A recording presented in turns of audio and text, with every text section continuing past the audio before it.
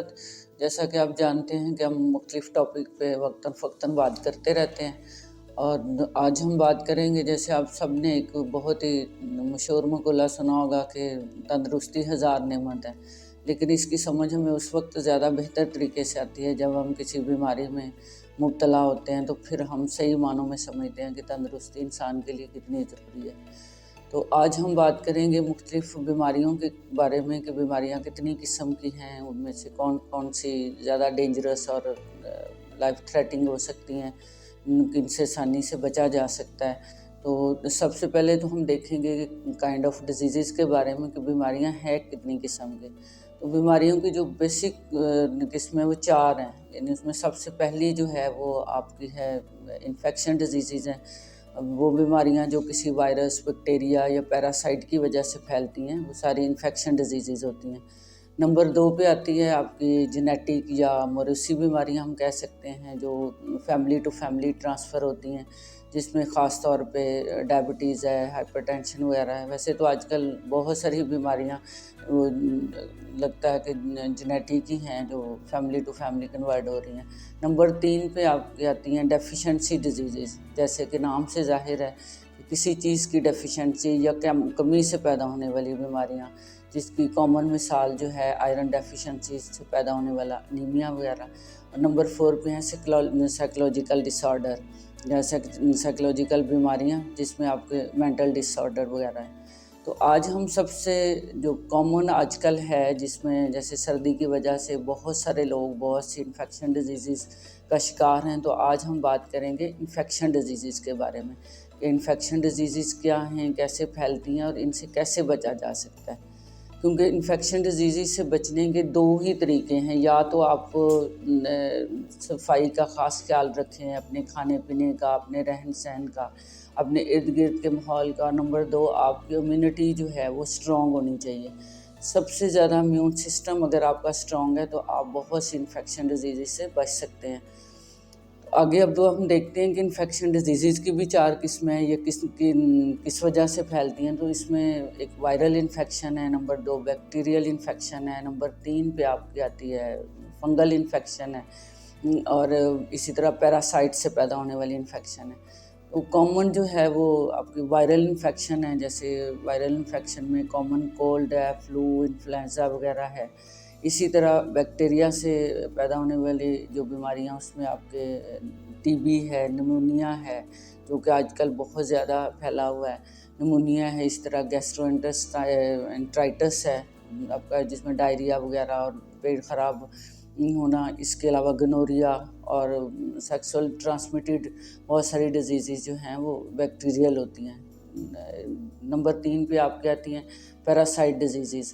Parasite سے پیدا ہونے والی بیماریوں میں آپ کے جیسے ہک وارم ہے، اور اسی طرح آپ کے فنگل انفیکشن میں عام طور پہ نیل فنگس ہے، فنگل انفیکشن ہے۔ اسی طرح فیمیل میں آپ کی ویجینل انفیکشن جو ہے وہ اس میں آتی ہے، فنگس انفیکشن وغیرہ میں آ سکتی ہے۔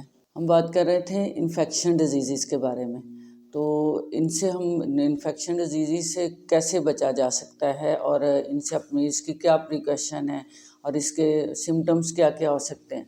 تو سمٹم جو ہیں، سمٹم میں آپ کو کامن انفیکشن ڈیزیزز میں آپ کو دیکھنے میں ملیں گے، فیور ہے، اس کے علاوہ آپ کے باڈی ایک سویئر ہے، جیسے گیسٹرو انٹرائٹس ہے تو اس میں آپ کو سویئر قسم کا ڈائریا اور وامٹنگ ملے گی، اس میں پیٹ درد ہو سکتا ہے۔ اسی طرح فنگل انفیکشن تو آپ کامنلی اسکن کو چیک کر کے تو آپ اس سے بھی آپ دیکھ سکتے ہیں، نیل جیسے نیل کے فنگل انفیکشن وغیرہ ہے۔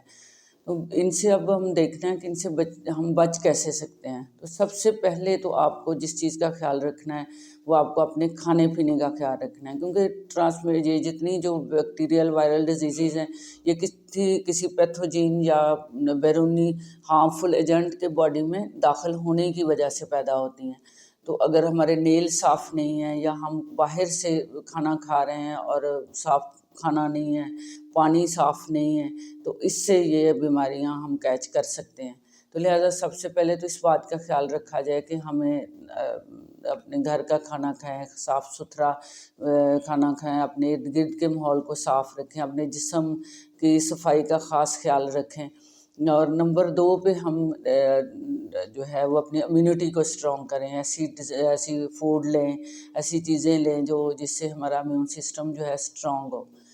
تو اس میں جو ایز اے ہومیوپیتھ ہم ہیلپ لے سکتے ہیں اس میں امیونٹی کو اسٹرانگ کرنے کے لیے۔ ویسے تو وائٹامن ڈی وغیرہ دیا جاتا ہے، وہ آپ کی امیونٹی کو اسٹرانگ کرتا ہے۔ پاکستان میں وائٹامن ڈی لوگوں کا بہت کم ہے، اس وجہ سے بھی ہم انفیکشن ڈیزیز کا بہت زیادہ شکار ہیں۔ اور اگر ہومیوپیتھی کے پوائنٹ آف ویو سے دیکھا جائے تو اس میں 2-3 میڈیسن ہیں جس کو ہم پریکاشن کے طور پہ بھی لے سکتے ہیں، جو آپ کی امیون سسٹم کو اسٹرانگ کرتی ہیں اور آپ کو بیماریوں سے محفوظ رکھتی ہیں۔ اس میں نمبر 1 آپ کی عام آپ نے نام سنا ہوگا، تلسی کا نام سنا ہوگا۔